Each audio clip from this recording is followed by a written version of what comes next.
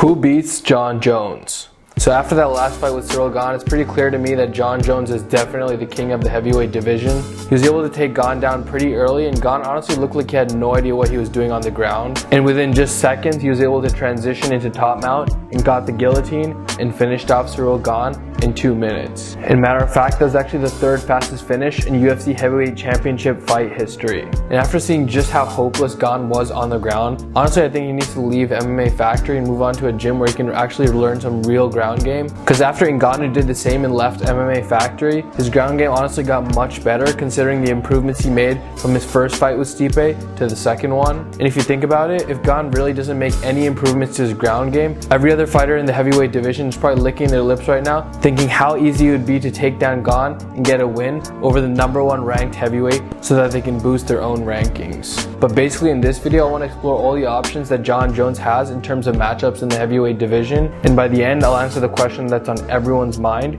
who can beat Jon Jones? And if you haven't already, you need to sign up to UFCBettingPro.com, and that's where you'll get bets from an actual UFC professional sent directly to you for every UFC card. Matter of fact, just last weekend, a couple of our wins were Jones by submission, Shavkat Rakhmonov versus Jeff Neal over 1 round, and Mateusz Gamrot to win as well. So head over to the link in the description so you can start making passive income just from betting on UFC. But anyway, let's get into the video. First is Stipe. So after that last Jon Jones fight, Jon was quick to call out Stipe Miocic as his next matchup. And while a lot of people consider Stipe Miocic to be the heavyweight GOAT, and he is 20-4, he does happen to be 2-2 in his last 4 fights. And you have to consider the fact that he hasn't fought since 2021, which was his last fight against Francis Ngannou, in which he got devastatingly knocked out. Matter of fact, Stipe actually went into that fight significantly lighter than usual and honestly looked like a middleweight in that fight. And that definitely showed in the wrestling exchanges. Comparing it to their first fight, you'll realize how much different the wrestling exchanges were in this matchup.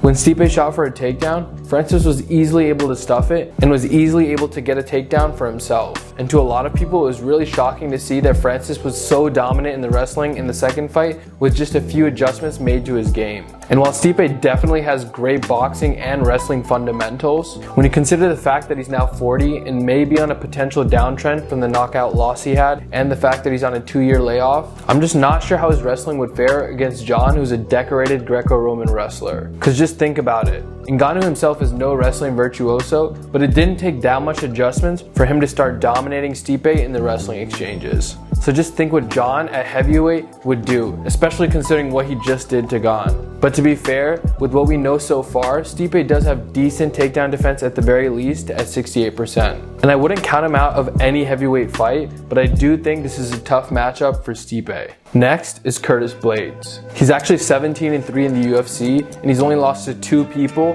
Francis Ngannou and Derek Lewis, who I should add are easily the heaviest hitters in the entire UFC.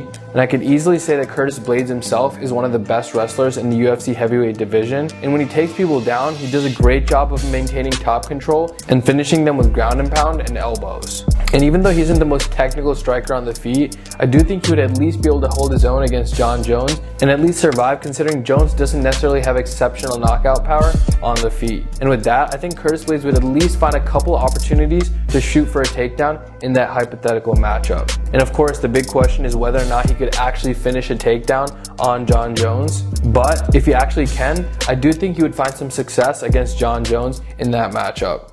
Last is Sergei Pavlovich. If you've seen his fights, you know just how ridiculous his knockout power is. He's 17-1, and he's knocked out every single UFC opponent he's had in the first round, outside of his loss against Alistair Overeem back in his UFC debut. And as far as I know, his takedown defense hasn't really been tested that much in the UFC, but the one time he was taken down in the UFC was against Alistair Overeem, in which he raised his leg to protect from knees from Alistair in the clinch, and he was tripped and taken down, and later finished with ground strikes. But outside of this, he's shown pretty decent takedown defense at the very least. And to be fair, Jon Jones definitely has an advantage in the wrestling department compared to most of the UFC heavyweights. And so the best path to victory to actually beat Jon Jones at heavyweight would be to have exceptional takedown defense while also being extremely dangerous on the feet with stopping power.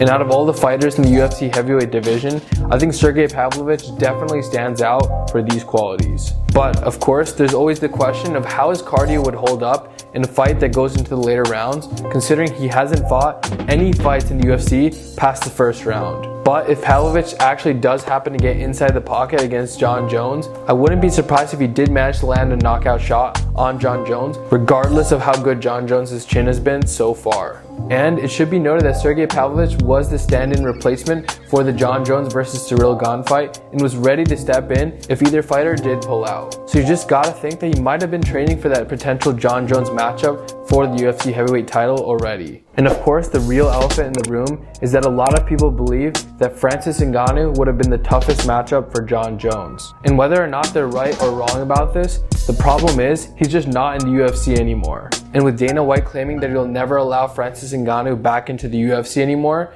that just might be a question that we'll never have answered. But it would be interesting to see if Jon Jones did happen to call out Francis Ngannou later on in his career, and I honestly think that that would be one of the biggest super fights in UFC history, and I think that Dana White would have a hard time denying Jon Jones' request. But out of all of the potential matchups for Jon Jones at heavyweight, the two fighters that actually have a chance of beating Jon Jones at heavyweight would be Blaydes and Sergei Pavlovich. And even though some might say that these two fighters are too one-dimensional to beat Jon Jones, the fact is they're extremely good at what their strengths are and can finish the fight with them. And with all the fighters in the heavyweight division, if anyone has a chance at beating Jon Jones, it's these two. But anyway, if you haven't already, be sure to check the link in the description for our website, UFCBettingPro.com, so you can get bets from an actual professional sent directly to you for every UFC card, so you can start making passive income just from betting on UFC. And like I said, just last weekend, we gave our members Jon Jones by submission, Mateusz Gamrot moneyline, and Shavkat Rakhmonov versus Jeff Neal over 1 round, just to name a few of the events that we had on the card. And be sure to watch these 2 videos right here for my breakdown for 2 massive fights coming up soon